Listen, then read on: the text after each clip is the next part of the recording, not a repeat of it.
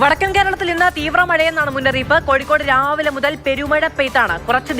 കുറച്ച് സമയം കൊണ്ടാണ് കോഴിക്കോട് സ്റ്റേഡിയം ജംഗ്ഷനും ചിന്താവളപ്പും വെള്ളത്തിലായത്. ഇംതിയാസ് കരീം തയ്യാറാക്കിയ റിപ്പോർട്ട് കാണാം.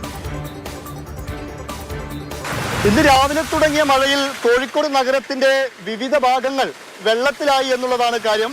ഞാനിപ്പോൾ നിൽക്കുന്നത് കോഴിക്കോട് നഗരത്തിലെ തന്നെ സ്റ്റേഡിയം ജംഗ്ഷനിലാണ്. സ്റ്റേഡിയം ജംഗ്ഷൻ ഒന്ന് മഴ തിമിർത്ത് പെയ്തപ്പോഴേക്കും സ്റ്റേഡിയം ജംഗ്ഷന്റെ 4 ഭാഗത്തും വെള്ളം കയറി വെള്ളത്താൽ മൂടപ്പെട്ടു എന്നുള്ളതാണ് അവസ്ഥ. ഒരു മണിക്കൂർ നിൽക്കാതെ പെയ്ത മഴയിലാണ് ഇത്രയും വെള്ളക്കെട്ട് രൂപപ്പെട്ടത്. ഇത് മണിക്കൂറുകളോളം ഇങ്ങനെ തന്നെ ഒരു പക്ഷേ മഴ തുടർന്നു കഴിഞ്ഞാൽ ഈ കടകളിലേക്ക്, ചുറ്റുഭാഗത്തുമുള്ള കടകളിലേക്കടക്കം വെള്ളം കയറാനുള്ള സാധ്യതയും കൂടുതലാണ് എന്നുള്ളതാണ് കാര്യം. രാവിലെ പെയ്ത മഴയിലാണ് ഇത്രയും വെള്ളം കയറിയത്. വിദ്യാർത്ഥികളെയൊക്കെയാണ് വല്ലാതെ വലച്ചിട്ടുള്ളത്. കാരണം വിദ്യാർത്ഥികളൊക്കെ സ്കൂളിലേക്കും കോളേജുകളിലേക്കും ഒക്കെ അടക്കം പോകുന്ന ഒരു സമയവും കൂടെയാണ്. എല്ലാ പ്രാവശ്യം മഴ വരുമ്പോൾ ഈ ലെങ്ത് വരെ നമുക്ക് വെള്ളം ഈ ഭാഗത്ത് കൂടുതലായിട്ട് ഉണ്ടാകാറുണ്ട്. കോളേജിലേക്കും സ്കൂളിലേക്കും ഒക്കെ പോകുന്ന ആളുകളാണ് കൂടുതലുണ്ട്. നമുക്കിവിടെ ഇൻസ്റ്റിറ്റ്യൂട്ട് നമ്മളെ തന്നെ ഉണ്ട്, ഒരു ഇൻസ്റ്റിറ്റ്യൂട്ട്.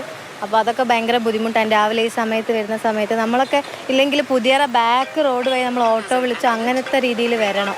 നല്ല വെള്ളം. എങ്ങോട്ടാ? വർക്കിന് പോവാ. നനഞ്ഞു പോയോ? ഓ, നല്ല നനഞ്ഞ്. രാവിലെ പെയ്ത മഴ, രാവിലെ ഒന്ന് കുറച്ച് പെയ്ത. ഇത്തിരി വെള്ളം ആകുമ്പോഴത്തേക്കൂടെ നല്ല വെള്ളം വരിക. ഇവിടെ കുറെ ആയിട്ട് ഇതാണ് അവസ്ഥ.